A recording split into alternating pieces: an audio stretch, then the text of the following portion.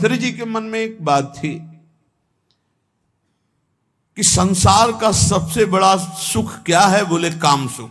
अंदर देखा, बहुत विवेकवान थे। उन्होंने अपने अंतःकरण को देखा कि संसार का सबसे बड़े मांग सुख क्या है? काम सुख पाया। और वो अपने अंदर पाया कि मेरे अंदर भी काम सुख है। तो चक्रवर्ती सम्राट, इनके मन में आया कि फिर हम ऐसा काम सुख पूर्ण क्यों न कर ले जिससे हमारे मन की इच्छा शांत हो जाए।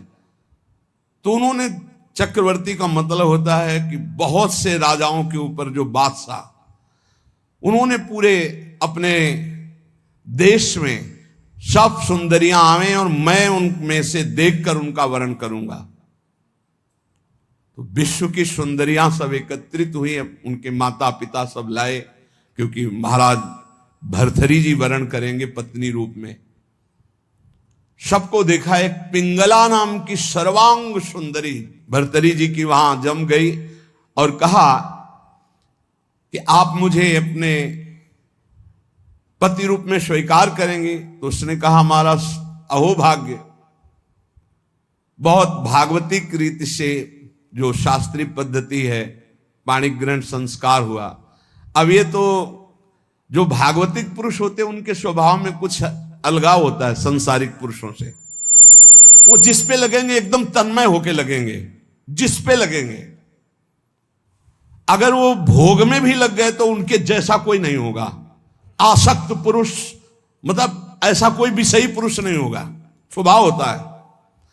रूप में आसक्त हो गए तो ऐसे आसक्त हो गए, ऐसा कोई संसार में नहीं होगा। भोग में आसक्त हो गए तो ऐसा कोई दूसरा नहीं होगा, और विरक्त हो गए तो ऐसा कोई दूसरा विरक्त, मतलब उनका एक स्वभाव होता है। जैसे पत्नी में आसक्त हैं तो छाता लेकर बाजार वो स्वयं नहीं जा सकते क्योंकि अदर्शन हो जाएगा। तो पत्नी चल रही सीधे में, वो चल रहे उल्टा में, संसार हंसे तो हंसा करे हर समय पत्नी के मुख में, दृष्टि पत्नी के मुख में। वही महाभागवत हुए, क्या नाम, धनुर्दास जी, क्या नाम था?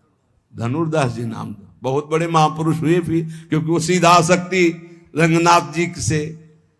तो ऐसा होता है। भर्तृहरि जी एक बहुत बड़े महापुरुष हैं। अब जीवन का राग उनके हृदय में काम में देखा कि काम स्त्री आसक्ति, विश्व सुंदरी, सर्वांग सुंदरी पिंगला। उन्होंने ऐलान कर दिया राजकाज विक्रमादित्य देखेंगे, मैं इस बात का अनुभव करूंगा कि क्या सुख इसमें है। क्योंकि बताया ना, अलग खोपड़ी होती है।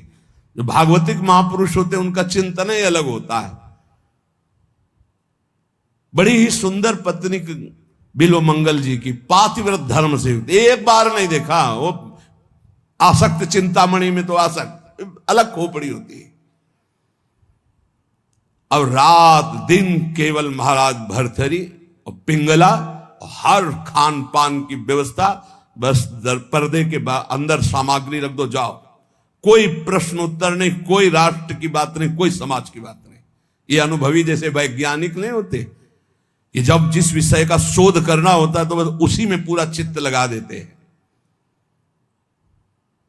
समय कट रहा था और मन की चाल होती नवम नवम नवम। मन कभी एक में रमण करने के लिए बहुत काल तक राजी नहीं होगा, उसकी चाल होती नवम नवम भोग। एक दिन पिंगला अपने महल के पीछे की खिड़की खोल करके ऐसे ही देख रही थी तो देखा अश्वपाल, हजारों घोड़ों की देख रेख करने वाले सेवकों का स्वामी, हष्ट पुष्ट ऐसे।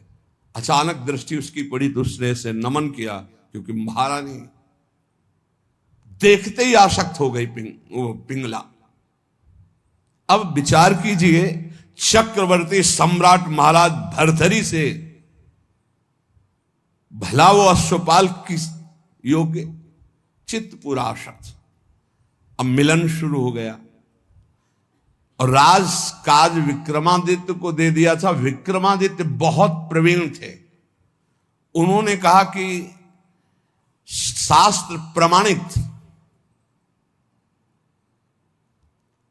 किसी का भी मन कभी भी कहीं भी विचलित हो सकता है। इसलिए मेरे भाई इस समय सुध में नहीं है, इसलिए गुप्तचर रूप से दास दासियां हर समय तैनात कि कहीं हमारे महाराज को किसी भी तरह की हानि ना हो जाए। सूचना मिली कि हानि प्रारंभ हो चुकी है। एक अश्वपाल एकांत में महारानी से मिलता है। महाराज दिन में शयन करते हैं, उस समय वो मिलती है। पूरी बात पक्की जब देख ली तब भर्तरी जी को सूचना दी कि महाराज विक्रमादित्य आपसे मिलना चाहते हैं। बहुत प्रवीण थी पिंगला, तुरंत समझ गई।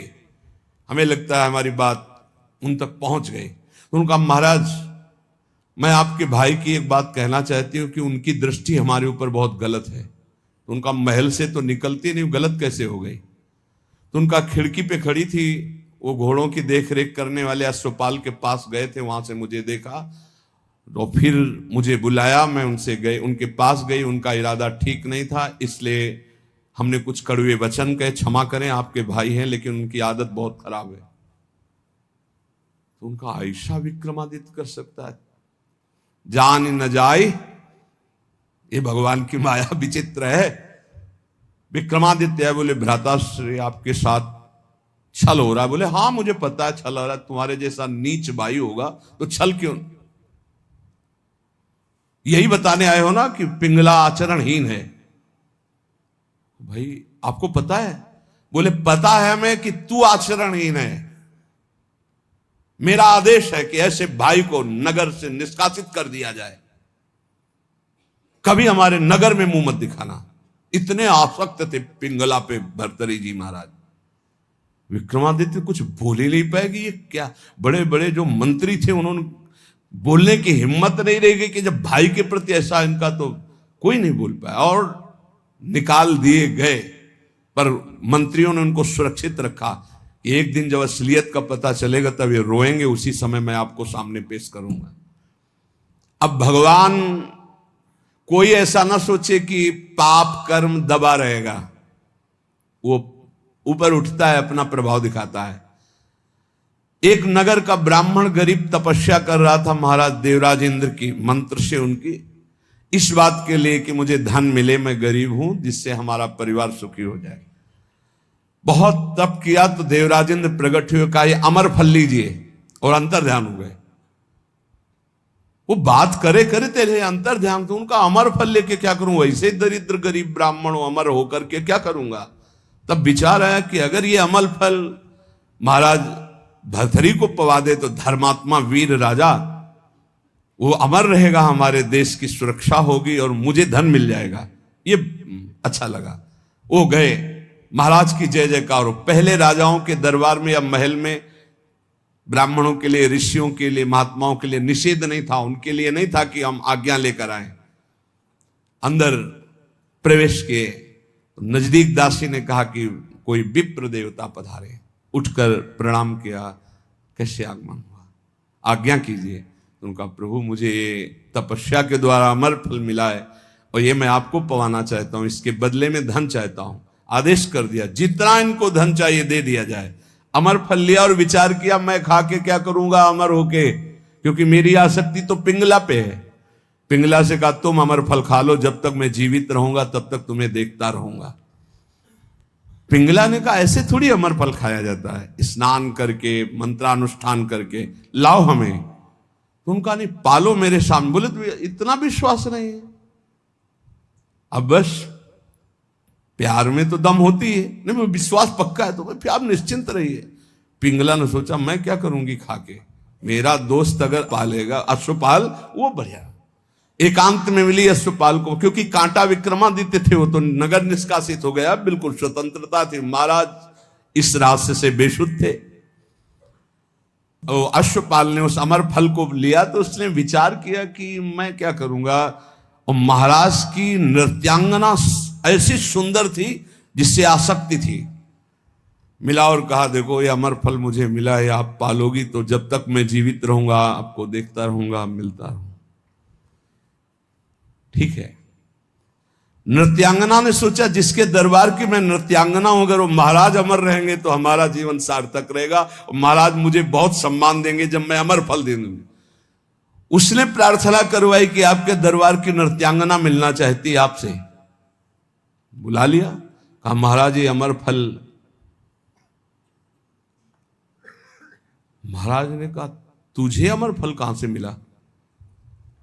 ये अमर फल सत्य बोल तुझे कहां से मिला? महाराज मुझे तो अश्वपाल ने दिया, मेरा वो दोस्त है, मेरा मित्र है उसने। और उस समय पिंगला वहां नहीं थी।